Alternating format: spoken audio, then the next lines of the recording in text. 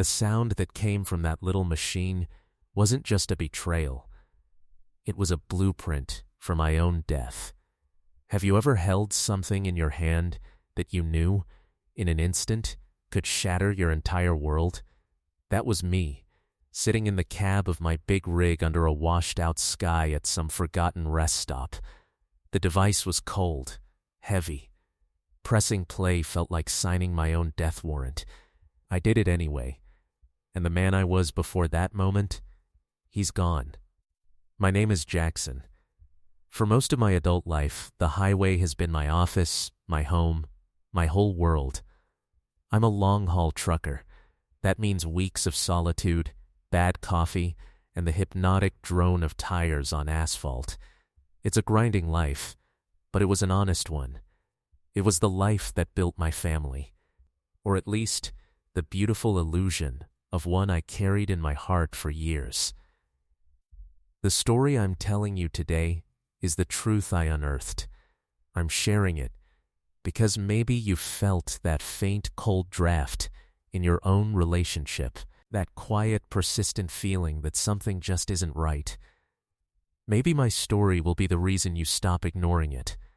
Let me take you back, before the silence, before the secrets, before I knew what a monster could look like wearing a familiar face. It was 2011. I was in my early 30s, finally moving from local halls to the open road.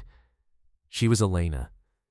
We met at a friend's summer cookout. I felt like a bull in a china shop. All calloused hands and stories about load weights and interstate traffic. She was like sunlight.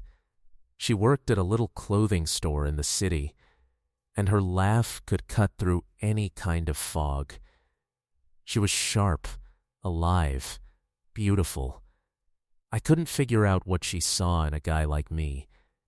When I got the nerve to ask her that, she said she was done with smooth operators and hollow words.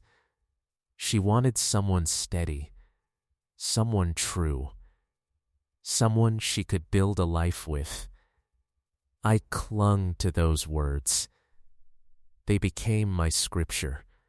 We didn't waste time. Less than a year later, we were married in a little chapel, with just our closest people around us. We had nothing and everything.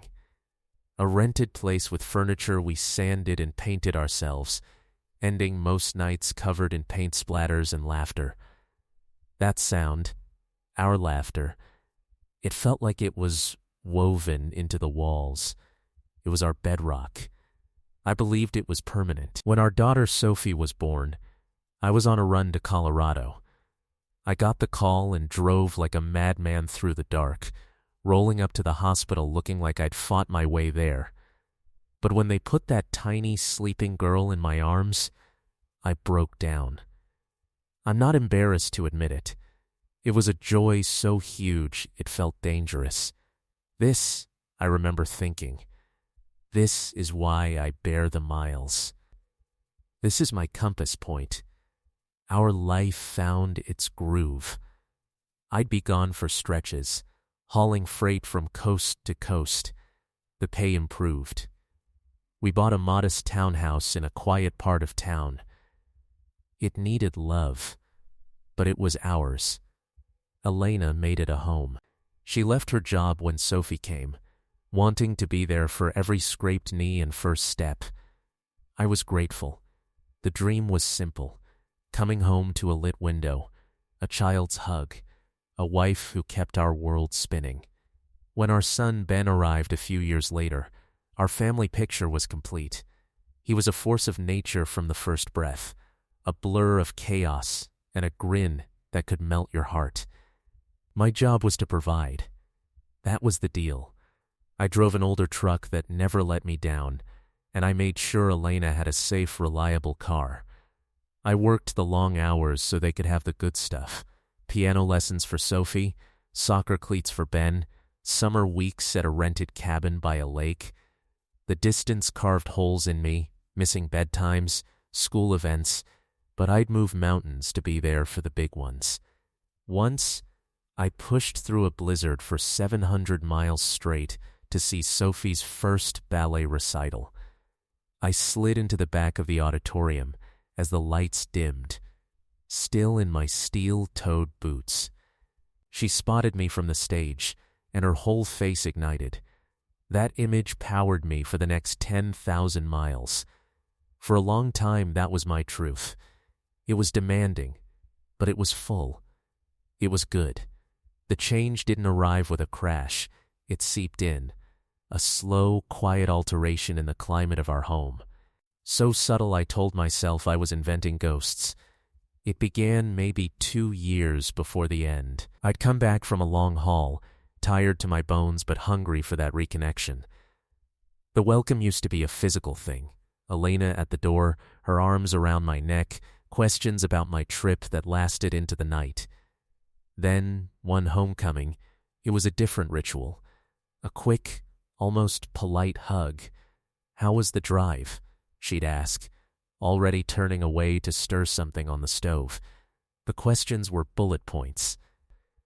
The warmth had been replaced by a kind of efficient chill. I took the blame. Of course I did. I was absent. The weight of our daily life rested on her shoulders alone. I tried to make up for it.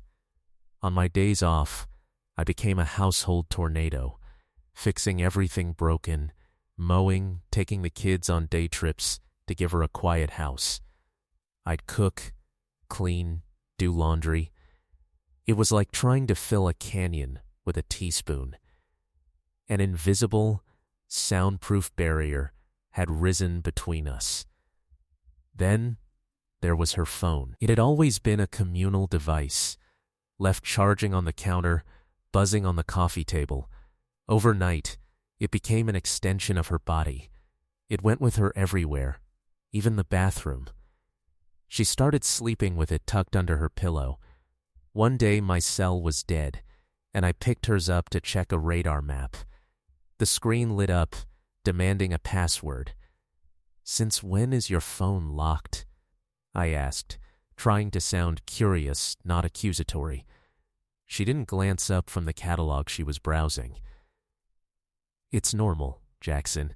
It's for security. You should lock yours." Security. The word rattled around in my head. We'd never built forts around our private spaces before. Around that same season, she began a total and costly reinvention. It started with a membership to an exclusive athletic club downtown, a place with crystal water bottles and towel service. Then came the personal trainer, the regular appointments at a cosmetic clinic for skin treatments, a whole new collection of clothes that seemed designed for cocktail parties, not carpool lines. I didn't mind her wanting to feel strong and beautiful. We had the money. If this was her happiness, I was all for it. But the joy it seemed to bring her existed in a sealed room I couldn't enter. The physical closeness between us, once a constant, dependable warmth, flickered and grew cold. Her touch felt rehearsed. My attempts to reconnect were met with a tired sigh, a claim of a migraine, a reminder of chores left undone. I started feeling like a tenant in my own marriage, navigating the perimeter of a life she was building without me. You know that feeling, don't you? When the person lying next to you in the dark feels more like a stranger than your partner? You argue with yourself. You blame stress. You blame time. You blame the rut of years. But beneath all that rational noise, in a deeper, older part of you, a quiet alarm begins to sound. That alarm turned into a full-blown klaxon on a Wednesday night. I was supposed to roll back into town from a Chicago run on Friday, but we offloaded ahead of schedule. Instead of killing a day in a cheap motel, I decided to push through and surprise my family. I imagined their stunned faces, the spontaneous pizza party. I pulled into our driveway, just after 8, a tired grin on my face. The house was silent, an unnatural quiet. Elena's car wasn't there. A cold fist clenched in my gut. I let myself in. The blue glow of the TV was the only light. Sophie and Ben were on the couch, a bag of chips between them, empty juice boxes littering the carpet. "Hey, you two," I said, pumping fake cheer into my voice. "Where's Mom?" Sophie shrugged, eyes glued to the cartoon. "Gym? Maybe?" I looked at the clock. 8:20. "The gym's still open?" "She left after we got home from school," Ben said, clicking the remote. "After school." The words hung in the still air. That was over 6 hours ago. My kids had been alone for half the day and into the night, feeding themselves junk. The cold fist in my stomach turned to solid ice. I made them a real dinner, got them washed and into bed, moving on autopilot. All I could hear was the loud, slow ticking of the hall clock. She came through the door at 11:45. She saw me, and her surprise was a quick flash, instantly smoothed over. "Oh, you're back early." "Yeah. Where were you?" My voice was eerily calm. "The gym," she said, taking an eternity to hang up her coat. A few of us went for tea after. Lost all track of time. I just nodded. I didn't have the energy for a battle, but I saw it all. Her hair was perfectly done. Her makeup was fresh and detailed, not the wiped, clean face of someone who'd been sweating. She was wearing tight jeans, heeled boots, a silky blouse. Nobody dresses like that to lift weights. She looked like she was returning from a night out. The lie wasn't just a lie. It was a dismissal. The next morning, after she'd left for another appointment, I sat with Sophie at the kitchen table. "Hey, buddy," I asked softly, "does Mom go out like that often, at night?" She stirred her oatmeal, thinking, "Yeah, sometimes, like twice a week maybe. She says she needs to recharge. We're okay, Dad. We're big." I reached over and touched her hair. "You're the best big kid I know. Thank you for looking out for your brother." But inside, a dam was breaking. This wasn't self-care. This was a pattern. A second life unfolding in the shadows of my profession. The last thread of my denial was cut a few weeks later. Elena told me she was spending the weekend with an old college friend, Sarah, who was in town. "Girls' weekend," she said, carefully folding clothes into an overnight bag like she was packing for a magazine spread. I knew Sarah. It made sense. "Have a great time," I said, brushing my lips against her cheek. It felt like kissing a statue. That Sunday, while Ben and I were building a Lego skyscraper, I asked Sophie, "Did Mom tell you about her weekend with Aunt Sarah?" Sophie looked puzzled. "Aunt Sarah? She's with her friend Lauren." She showed me a picture. Lauren. A name I'd never heard. A friend who didn't exist. When Elena came home Sunday night, radiant with a calm energy I hadn't seen in ages, she launched into vivid stories about her weekend with Sarah. The fancy restaurant, the movie premiere, the hotel pool. She spoke with such fluid, easy detail.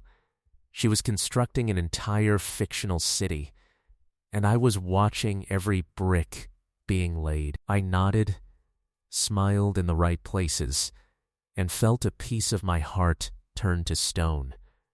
The woman I had built my life with was a masterful imposter. What do you do when every sign points to a cliff's edge, but you're terrified to look down? Do you force the confrontation and risk an explosion? Or do you hide from it and let the quiet poison spread? I was stuck in that awful purgatory of knowing, but not knowing. I needed the unvarnished truth. Even if it was a blade, I had to hold it myself. That's when I remembered the old digital voice recorder. a chunky little relic from years back, from a time I'd sometimes need to verbalize complex delivery notes. It had a great battery, a desperate, ugly plan formed in my mind. I hated myself for considering it. It felt like a surrender to the sickness of suspicion. But the not knowing was a black hole, and I was being pulled into it. I waited for her next gym night, a Thursday. She came out dressed for a date, not a workout. Back by 9:30, she said, her eyes skimming past me.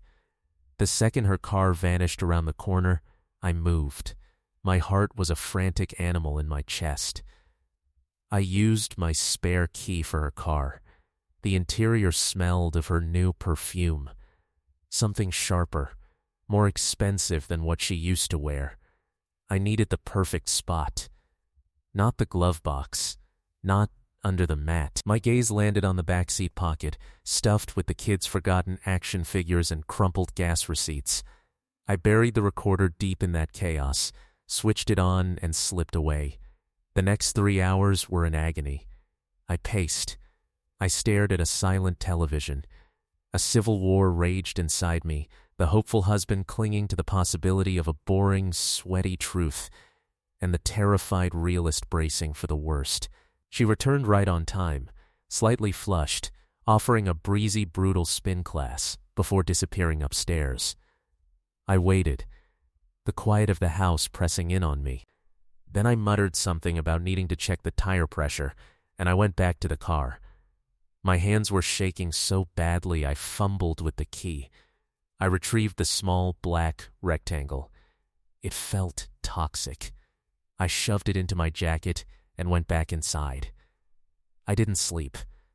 I lay next to her, listening to her even breaths, and the recorder in the pocket of my jeans on the chair felt like a pulsing heart of pure dread. It held the power to erase the last decade of my life. I was too cowardly to face it. So I waited. Until morning.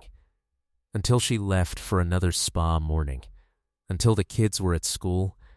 Until I was completely, utterly alone in the shell of my home.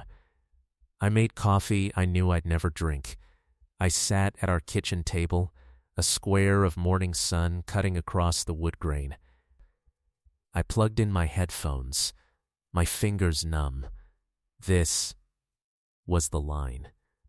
Once I crossed it, there was no going back. I took a breath that did nothing to calm the storm inside, and I pressed play. The first few minutes were nothing. The engine's rumble, the sound of a pop radio station, the click of a turn signal, the car stopping, a door opening and closing, then a long stretch of near silence, just a faint, rhythmic thumping in the background, maybe music from a nearby building. A frail, foolish hope stirred in my chest.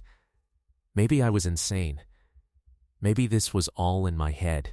I sped through an hour of that ambiguous quiet. Then the car door opened again. But she wasn't by herself. A man's voice, smooth and confident, filled my ears. "Coast clear?" "Yeah, it's fine," Elena replied, her tone bright, unfamiliar. "Let's get out of here." The engine turned over. They drove for a few minutes before he spoke again. "So," he said, a smirk you could hear in his voice. "You think about me this week?" Elena laughed. It was a light, flirtatious sound I hadn't heard aimed at me in years. "What do you think?" she said, her voice dropping to a purr. My blood froze solid in my veins. The confirmation was a physical punch to the gut. I sat there, paralyzed, as the car stopped again. Doors opened, closed. Then, nothing, just the empty vehicle, faithfully recording the death rattle of my marriage. I fast-forwarded, an hour and 15 minutes of that haunting, empty sound. Then, the doors. They got back in. The engine started. She drove for about 10 minutes before pulling over. The passenger door opened and closed. He was back. "Just for a second," Elena said, a new tension in her words. "I really have to go." "This won't take long," the man replied, his voice shifting into something serious, businesslike. "We need to talk about what's next. This can't just be a forever secret." And then they began to talk, and the world I thought I lived in didn't just break apart, it evaporated. "He's going to figure it out sooner or later," the man's voice stated, matter of fact. "I don't think so," Elena countered, a defensive edge there. "He's checked out, lives in his road atlas and his logbook. He doesn't see anything. Maybe. But let's be practical. What's the goal here? You leave him?" Elena let out a sigh of pure frustration. "And then what? He'd get custody. The house is in his name. I'd walk away with nothing. I'd be starting from zero." There was a pause. A long, chilling, calculating silence. Then the man's voice returned, lower now, intimate and terrifyingly calm. "There are other paths, cleaner ones. You mentioned that life insurance policy he has. The big one for the dangerous routes." My lungs locked. The policy. A $400,000 policy the company mandated for certain high-risk hauls. I'd listed her as the beneficiary without a moment's hesitation. "It was what you did. What about it?" Elena's voice was barely a whisper now. "Truckers have accidents," he said, the words casual, as if discussing the weather. "Fatigue. Brake failure on a downhill grade. It's a tragedy, but it's a known hazard. People don't dig too deep if it looks right." I couldn't draw air. The kitchen spun. I gripped the table's edge, my knuckles white. "What are you talking about?"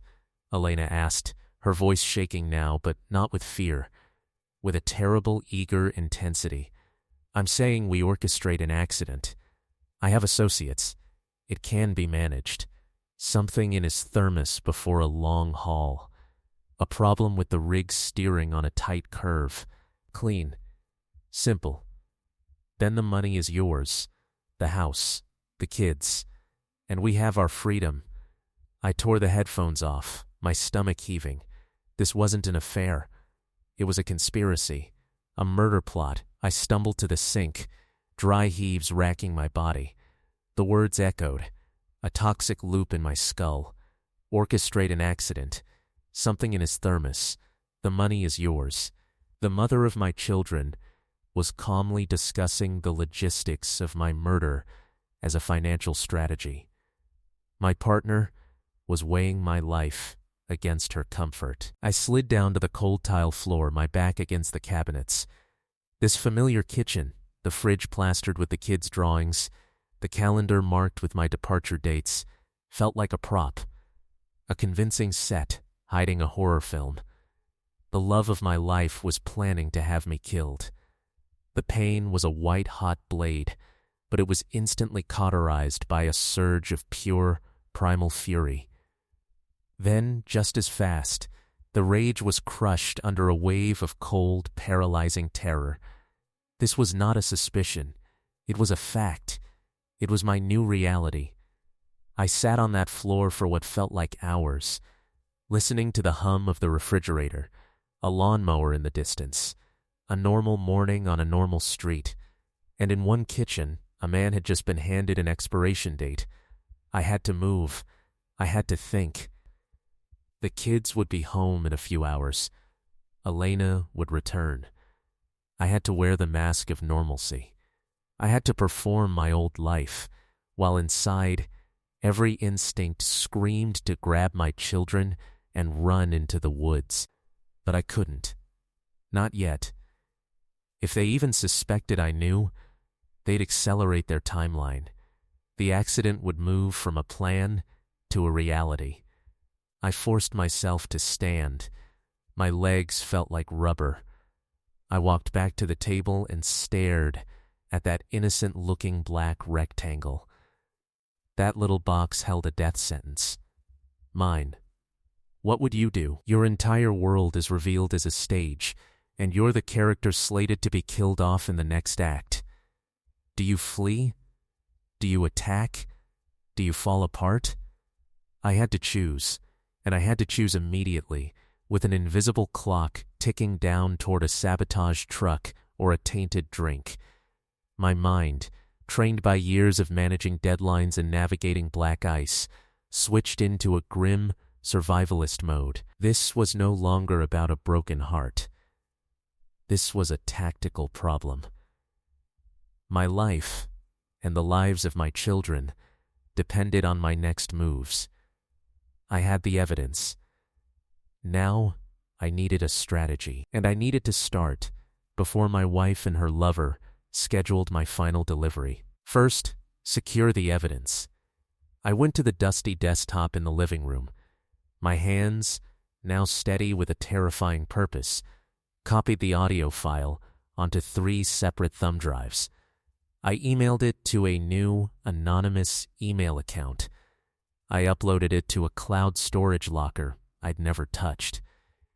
I wanted that recording living in a dozen different places, a creature they couldn't possibly exterminate. The original recorder?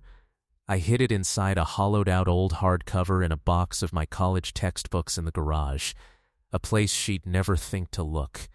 Second, identify the enemy.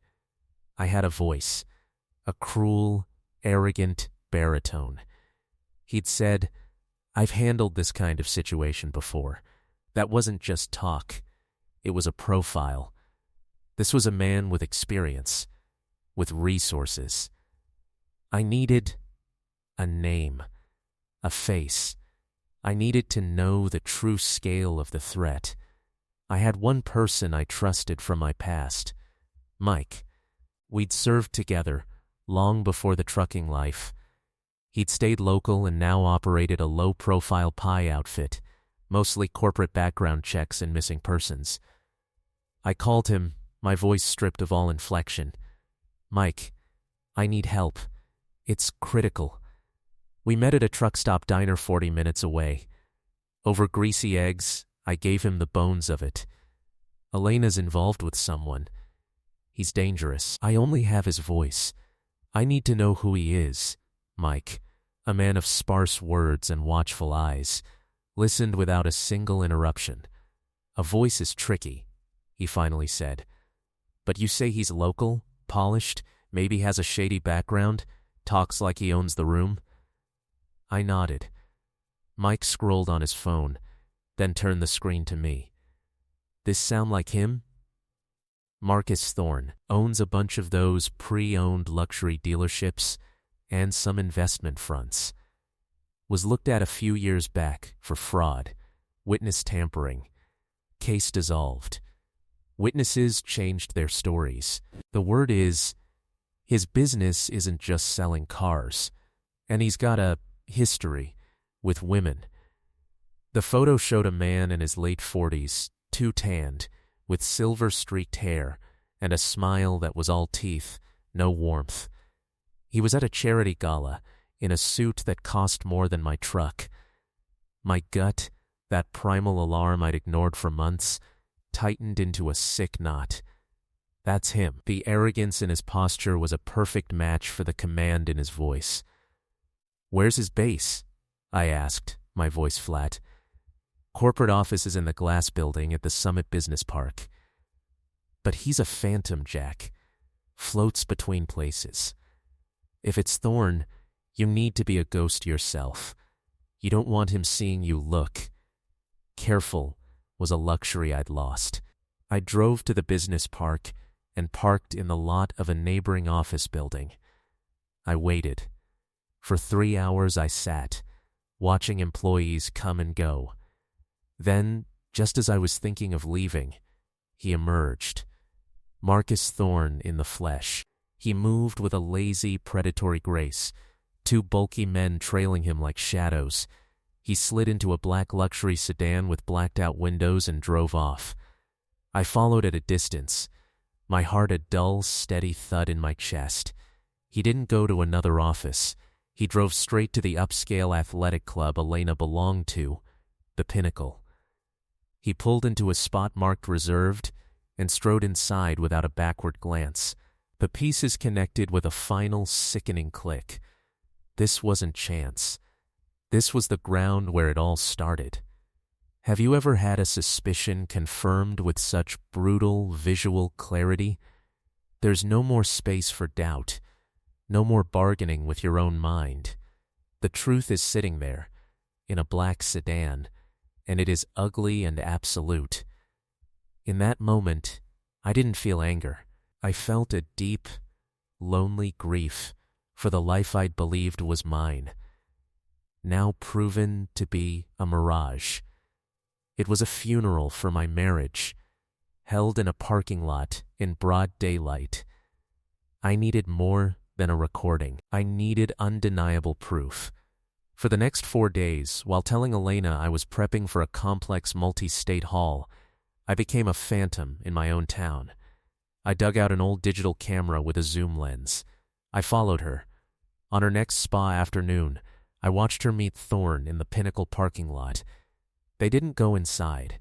They got into his car and drove to a sleek, modern condominium tower on the river, the kind with security gates and underground parking. I couldn't follow them in, but I didn't need to. I took pictures from a distance, Elena smiling as she climbed into his passenger seat, Thorne's hand resting possessively on her lower back as they walked toward the entrance. 2 hours later, they emerged. She looked loose, happy. He looked satisfied. I captured every frame, the boring, everyday horror of their routine. Each silent click of the shutter sealed another door inside my heart. Whatever love remained was incinerated. All that was left was a cold, hard resolve to protect the only real things in the world, Sophie and Ben. The planning in my head shifted from evidence collection to escape execution. A normal divorce lawyer would be too slow, too public. They'd be warned. I had to vanish with my kids and then unleash the storm from a place of safety. I thought of my mom, living alone in her quiet, weathered house in a small town 4 states away. It was distant enough. It was sanctuary. The trigger was pulled sooner than I'd braced for. That Friday, Elena told me she was going to spend the weekend with a cousin who was going through a divorce. She really needs family support right now, she said, her eyes wide with manufactured empathy. I knew this cousin. She lived in Arizona. It was a perfect alibi, a 48-hour window. Absolutely, I said, placing a hand on her arm, fighting the revulsion that crept up my throat at my own act. Take all the time she needs. The kids and I will have a backyard camp-out weekend. She left Saturday morning. I spent the day giving my children a perfect, normal, shining day. We went to the zoo, ate ice cream for lunch, saw a silly movie, and had a loud, messy dinner at a pizza place. I burned every detail into my memory, the way Sophie's nose crinkled when she laughed, the smear of sauce on Ben's shirt, the sound of their unfiltered joy. This was the treasure. This pure, uncomplicated love. This was the reason for everything that would come next. That night, long after I was certain they were deep in sleep, I moved like a ghost. I packed 2 large duffels with their clothes, their most cherished stuffed animals, essential papers, birth certificates, my passport, social security cards. I packed my arsenal of evidence, the thumb drives, the camera's memory card, printed photos. I left behind almost everything of my own. Possessions were just weight. I filled a backpack with water, snacks, and a first aid kit. The whole thing felt surreal, like I was preparing for a disaster drill, but the disaster was my own life, and the only valuables were my sleeping children. Just before midnight, I softly woke Sophie. Her eyes opened, blurry with sleep in the dim night light. "Daddy? What time is it?" "Shh, my love. We're going on a surprise trip, a secret visit to Grandma's." "Now? It's dark outside," she whispered, intelligence cutting through the sleep in her eyes. "Right now, we have to be super quiet, like spies. Can you get dressed? Put on your cozy clothes." The gravity in my tone cut through her confusion. She nodded, a solemn understanding settling on her face. Ben was tougher. He whined and squirmed, half-conscious. "Daddy, no, sleepy." "Ben," I said, firm but calm, cupping his small face, "we have a secret mission. I need my co-pilot. Are you in?" The word mission did the trick. He blinked, nodded, and let me dress him like a sleepy doll. In 20 minutes, we were creeping down the stairs, bags in hand. I loaded the car, the plain sedan I used for errands, not my recognizable rig. I buckled them into the back seat, their small faces pale and serious in the orange glow of the streetlight. Sophie clutched her worn-out bunny. Ben hugged his T-Rex. "Is Mom coming?" Sophie asked, her voice tiny in the dark car. "She knows we're going to see Grandma," I said, a half-truth that felt like swallowing glass. "She'll catch up with us later."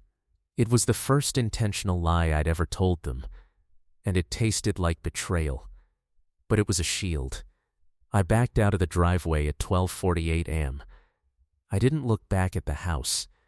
In the rearview mirror, I saw Sophie watching it grow smaller until it disappeared behind a bend. Then she turned and stared out her window into the endless dark. Ben was already asleep again. We drove through the silent suburbs onto the on-ramp, pointing north. The vast, empty highway was my workplace, my cage. That night, it was our river of escape. I set the cruise control exactly at the speed limit. No risks, not tonight. Have you ever driven through the deepest part of the night, with your entire world asleep in the back seat and every shadow a potential threat? Every set of headlights in your mirror is a hunter. Every slowing car is an ambush. Your mind races through 100 catastrophic scenarios. It's a solitude charged with a desperate, ferocious love. About 2 hours into the drive, Sophie's voice, quiet and clear, cut through the engine's hum. "Daddy?" "Yeah, honey. We're not going home tomorrow, are we?" The question floated in the dark space between us. I met her eyes in the mirror. She was too smart for easy answers. "No, Soph. Not for a long, long time. Things at home, they're not safe right now." She was quiet for a full minute, watching the dashed lines fly by. "Then did Mom make it not safe?" My throat clenched. "How do you answer that?" "Mommy got involved with a very bad person. She made choices that mean we can't be there anymore. This trip, right now, is about keeping you and Ben safe. That's my only job. Do you understand?" She nodded slowly, her chin trembling just once. "I understand." She didn't cry. She just turned back to the window, a little girl absorbing a lifetime's worth of hard truth in a single night. The weight of her quiet acceptance was heavier than any scream. We drove through the rest of the night. I stopped only for fuel, paying with cash from an emergency envelope I kept in the glove box, using restroom breaks where I could keep the car in sight the entire time. The world outside transformed from familiar exit signs to anonymous farmland to rolling tree-covered hills. With every passing mile marker, the steel coil of tension in my shoulders loosened one tiny, imperceptible turn. The sun was just starting to bleed pink and gold across the horizon when I turned onto the old oak-lined street of my hometown. My mother's gray shingled house, with its wide, welcoming porch and giant oak tree, looked like a painting of peace. I pulled into the gravel driveway, the crunching sound like a final, exhausted exhale. I rang the doorbell. A light came on. The door opened, and there was my mom, wrapped in a robe, her hair sleep mussed. Her face shifted from confusion to deep concern in a heartbeat. "Jackson? Good heavens, what's going on? Are you all right?" Her eyes darted past me to the car, where the kids were slumped together in the back. "Mom, we need to stay here. For a while. Can we come in?" She stepped back without a second's hesitation. "Of course. Come in. Get in here." She ushered us into the warm cinnamon and coffee-scented kitchen. I got the kids onto the living room couch, tucked under Afghans, where they fell into a deep, immediate sleep. In the kitchen, under the soft light, I told my mother everything. I played a key 60 seconds of the recording on my laptop. I showed her the photos. I watched the blood drain from her face, her hand flying to her mouth. The woman who had loved Elena like her own daughter looked utterly shattered. "Oh, my sweet boy," she whispered, tears spilling over. She came around the table and pulled me into a fierce, unconditional hug.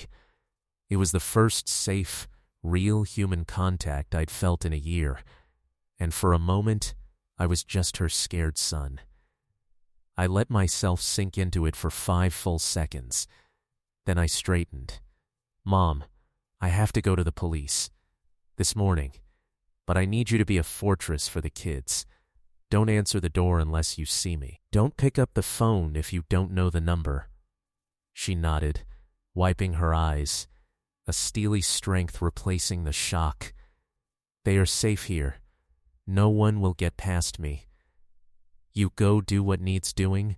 A few hours later, showered and wearing clean clothes that felt like a stranger's skin, I walked into the small brick police station in my mother's town.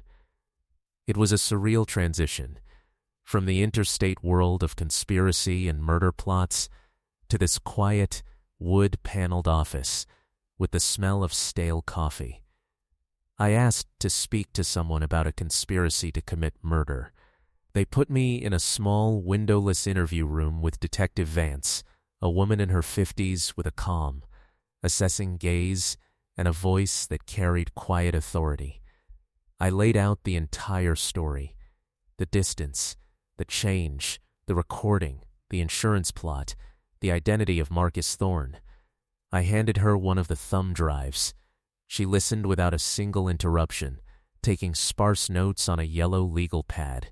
When I finished, she leaned back in her chair, the old wood creaking. "Mr. Wells, these are exceptionally grave accusations. You understand the weight of that, Detective?" "I have never been more certain of anything in my life," I said, my voice flat and steady. She plugged the drive into her laptop and listened to a 2-minute segment, the part where Thorne suggested a brake failure on a downhill grade. Her face remained professionally impassive. When it ended, she was silent for a long moment, tapping a pen lightly on the pad.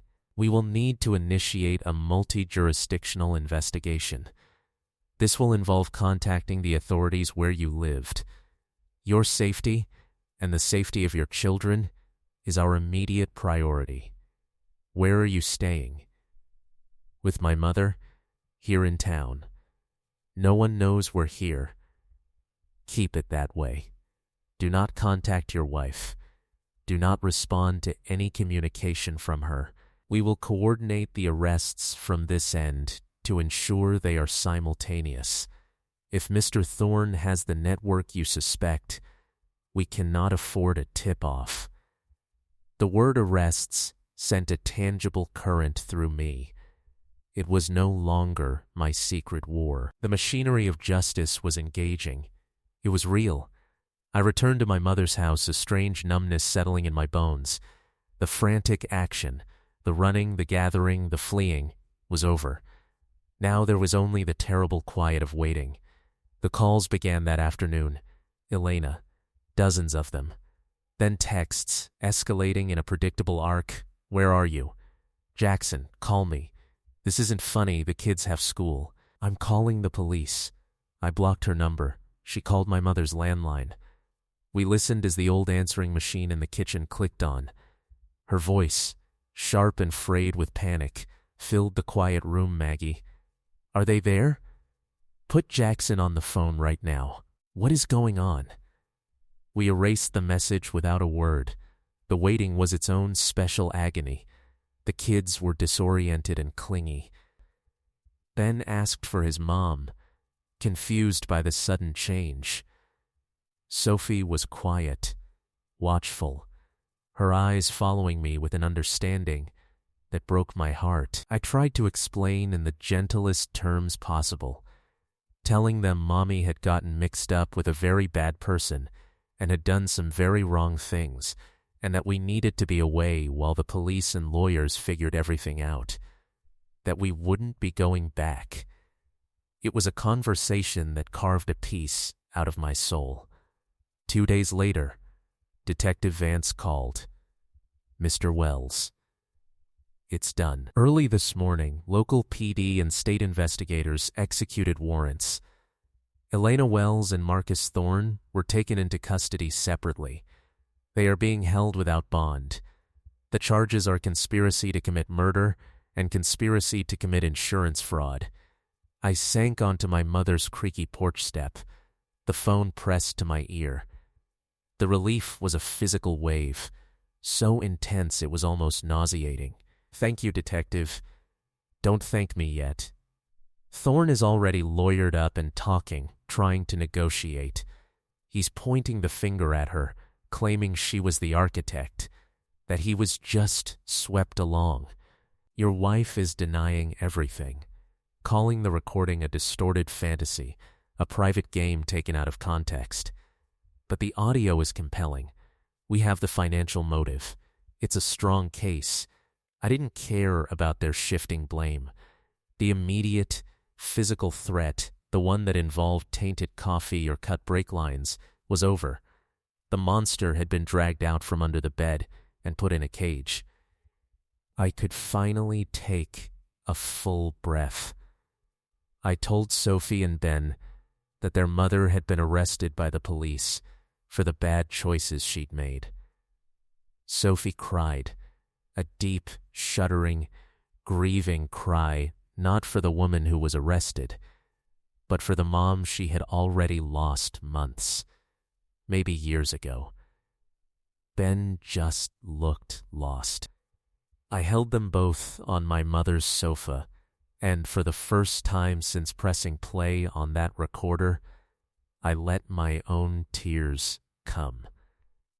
They were a messy flood of grief, relief, and bone-deep exhaustion.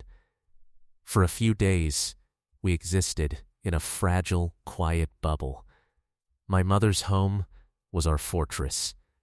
We played board games, baked cookies, tried to stitch together a new, temporary normal. Then, one night as I was reading to Ben in the guest bed, my phone buzzed on the nightstand. It wasn't from Elena. It was from an unknown number. And it was worse. The message was short, and it froze the blood that had just begun to warm in my veins. You think the handcuffs ended it? We know your location. Rest uneasy. Can you imagine that feeling? The moment you finally crest the mountain, believing the hardest climb is behind you, only to look down and see the ground giving way beneath your feet. The arrest wasn't the finale. It was just the end of the opening act. The real price for crossing a man like Marcus Thorne was now being presented, and the bill had my name on it. The text glowed on my screen in the dark room. I immediately called Detective Vance. She answered. Alert. Vance, it's Jackson Wells. I just received a threat. A text. I read it to her, my voice tight. I heard her soft, sharp exhale. Okay. Do not delete it. Do not reply. I'm dispatching a patrol unit to sit on your mother's street. They'll be there in 20 minutes, 24-hour rotations. You do not let those children leave the house. You do not open that door for anyone but a uniformed officer you visually confirm. We'll trace the number, but expect it to be a disposable. This is a pressure play, Mr. Wells. They want you terrified, to maybe bolt and expose yourself. Do not give them the satisfaction. Within the hour, a squad car was parked a few houses down. Officers Miller and Chen introduced themselves, their presence both a profound comfort and a stark reminder that our nightmare had new chapters. Our world shrank to the confines of the house. We kept the curtains drawn. My mother's friends dropped groceries on the porch. I tried to invent elaborate indoor treasure hunts and pillow forts, a pathetic attempt to mask the fear that now lived in the air we breathed. Sophie, ever perceptive, felt it. "Daddy," she asked quietly as we worked on a puzzle, "are the bad man's friends looking for us?" I couldn't lie. Not again. "Yes, honey, for now. But the police outside are here to make sure they don't find us. We just have to be patient and quiet." She nodded, that terrible ancient understanding returning to her eyes. "Okay, we'll be like mice." The waiting was a new, refined torture. Every floorboard squeak, every car that paused outside, sent my heart into a sprint. I slept with a heavy flashlight by my bed, feeling both foolish and absolutely serious. My mother was our rock, moving through the days with a fierce, quiet grace, her entire being focused on baking bread and reading stories, creating a small, warm island in the middle of a siege. A week later, Detective Vance called. We identified the source of the threat. A low-level enforcer with ties to Thorne's operations. We picked him up this morning. He folded immediately, said Thorne had a scare protocol in place, but there was no active order to harm you. He was trying to look useful. That specific threat is neutralized. The tension that had been holding my body in a vice for days suddenly released, leaving me weak and trembling. So, it's done? Truly? The imminent threat from that individual is extinguished, Vance said, choosing her words with care. But the legal process is now your frontier. The district attorney will contact you. You will need to testify. And the emotional fallout, your wife's family, the trial, that will be its own challenge. But physically, you and your children can begin to step back into the light. It was the permission we needed to tentatively live again. We opened the curtains. We played in the fenced backyard. I enrolled the kids in the local school under carefully managed temporary aliases, Sophie and Ben Clark, for school purposes only. Teaching them to respond to a different name felt bizarre, but they adapted with the frightening resilience of children. I found a job with a regional delivery service. The pay was less, but I was home every single night. The trade-off was everything. I was there for homework, for nightmares, for pancakes on a Tuesday morning. I saw their faces more in a month than I had in the previous 2 years. The guilt over my past absence now flared like a fresh wound. Had my physical distance created the vacuum someone like Thorne could fill? I wrestled with that in the silent hours, but the core truth remained. My choice was to work. Her choice was to conspire to murder. The months turned, marked by report cards and changing leaves, not by the dread of a planned accident. We were building a new, quiet rhythm. My mother's house softened into a real home, filled with the sounds of healing. Sophie buried herself in books, excelling. Ben joined a local soccer league, his boundless energy finally finding a healthy field to run on.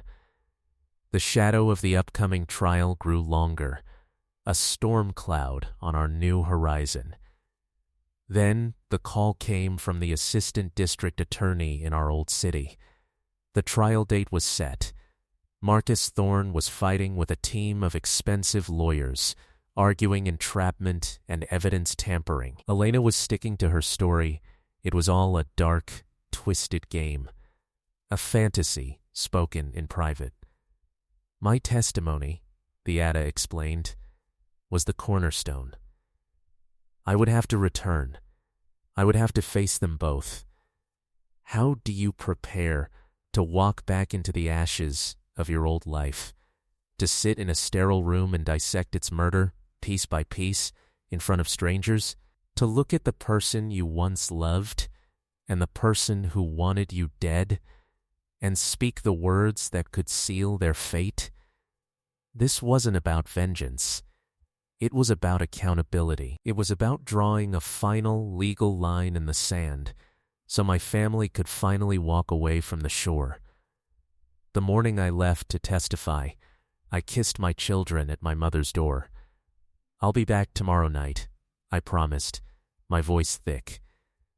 The courthouse in my former hometown felt like a museum of a parallel life. Everything was recognizable and yet completely alien. In a stark witness room, I waited, my stomach a knot of cold wires. They brought Elena in first. She wore a plain, drab dress, her hair in a simple ponytail. She looked diminished, hollowed out. Her eyes scanned the room and landed on me.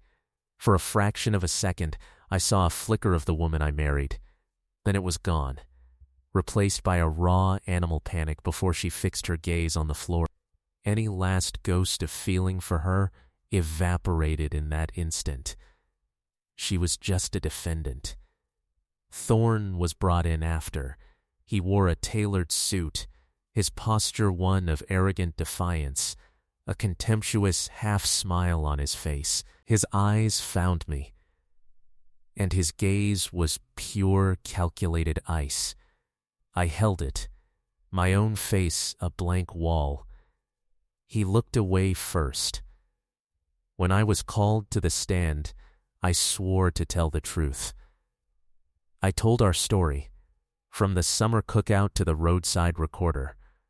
I spoke calmly, clearly, sticking to facts. When the Ada played the audio clip, Thorne's voice calmly outlining a steering column failure, a visible ripple went through the courtroom. I didn't look at the defense table. I looked at the jury. I watched their faces shift from detached interest to sharpened attention to grim resolve. Elena's lawyer tried to shake me. "Mr. Wells, isn't it a fact that your protracted absences created profound loneliness for your wife? That your emotional abandonment pushed her into the arms of another man?" "My work funded our life," I replied, my voice even. "I was never unfaithful. I never conspired to end her life." He pushed harder, trying to frame the recording as a perverse form of couples fantasy. Couldn't this so-called plot have been a shared narrative, a dark game to vent marital frustrations? I turned and looked directly at the jury. They discussed specific methods, a specific dollar amount, and a specific contact who could make it look right. That's not a game. That's a blueprint. Before I was dismissed, Elena asked to speak to me directly. The judge allowed it. She stood, her hands trembling. "Jackson," her voice cracked, "I am so sorry. I was lost. He promised me a fantasy. I was weak. Please, tell Sophie and Ben I love them." She was crying now, the performance heartbreakingly believable. Was it real remorse, or a final desperate act for the jury? I stood as well, feeling the weight of the room. "Elena," I said, my voice clear in the quiet, "I forgive you." A murmur rustled through the gallery. "I forgive you for my own peace, so I don't have to carry that poison." But this court isn't about forgiveness. It's about the facts, and the facts are on that recording. I sat down. Thorne let out a derisive snort that his lawyer quickly tried to silence. The trial lasted 3 days. The jury deliberated for 10 hours. The verdict, guilty on all counts. Marcus Thorne was sentenced to 12 to 18 years in a maximum security prison. Elena received a sentence of 7 to 12 years in a state correctional facility, the judge acknowledging she was not the primary instigator, but was a fully complicit conspirator. As the sentences were pronounced, Elena slumped and was escorted out.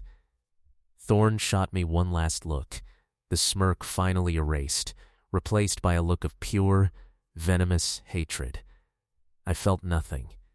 No victory. No closure. Just a vast, draining emptiness. It was over. Back in our new life, time began to move forward, in earnest. We sold the townhouse from the old world, severing the last financial ligament. With that money and my steady regional job, I bought a small 3-bedroom house with a big yard in our new town. It was ours, with a clean title and no ghosts in the closets. The kids grew. Sophie, once so quiet, unfolded into a sharp, compassionate young woman, talking about studying psychology. I want to help people untangle their hard stories, she told me. Ben's soccer talent earned him a spot on a competitive travel team. His laughter, once tinged with confusion, became full and unguarded again. The complex work became navigating their mother's imprisonment. Elena's parents contacted me, people aged by grief and shame. They didn't make excuses. They only asked for the possibility of a connection, when and if the children were ready. I promised I would never be the gatekeeper to that choice. When Sophie was 16, she asked if she could write to her mother. I have things I need to say, and I need to hear her answers. I agreed. The first letters were stiff, full of pain. Slowly, a cautious, painful correspondence began. Sophie needed to understand the person behind the crime. I never read a single word, but I saw the process bring her a kind of uneasy peace. It was her path to walk. Ben, more concrete in his emotions, wanted no part of it. She helped try to hurt you, he said simply. I'm not ready to talk to her. I respected that too. My own life became my children, my work, and the quiet peace we'd built. I didn't date. The well of trust had been pumped dry, and I had no interest in the slow, fraught work of priming it again. My satisfaction came in the ordinary, helping Ben with his soccer drills, quizzing Sophie for her history finals, sharing a quiet beer with my mom on the porch as fireflies blinked in the dusk. Years passed, 5 of them. I received a formal notice that Elena was being considered for parole. They requested a victim impact statement. I thought for a long time. The fury was gone. All that remained was a desire for my children's continued peace. I wrote that I had no objection if the parole board found her genuinely rehabilitated, not for her sake, but because clinging to anger only allows the past to rent space in your present. The board denied her parole. She would serve at least another 3 years. Then, one fall afternoon when Sophie was a high school senior and filling out college applications, she asked to see her mother. I think I need to see her face. I need to know who she is now, before I start my own life. We arranged a supervised visit at the correctional facility. I drove her there. I waited in the car. When she came out an hour later, her eyes were red-rimmed, but her shoulders were squared. Well? I asked gently. She's sad and older. She talked about her therapy, her regret. It felt real, Dad. But it also felt like talking to someone I knew in a different lifetime. She slipped her hand into mine. Thank you for letting me go. I'm done now. That was the closure she needed. For me, closure had come the night I drove away in the dark, the night I chose us. So, here we are. It's been close to a decade since that night in the rest stop. I'm in my late 40s now. There's more gray in my hair. The calluses on my hands are from building a treehouse and gripping a steering wheel, not just the wheel. The open road is still part of my life, but it no longer owns it. My family does. Sometimes, on a quiet, late-night regional run, I'll think about the chain of events that started because I finally listened to that quiet, persistent voice telling me something was deeply wrong. I didn't want to hear it.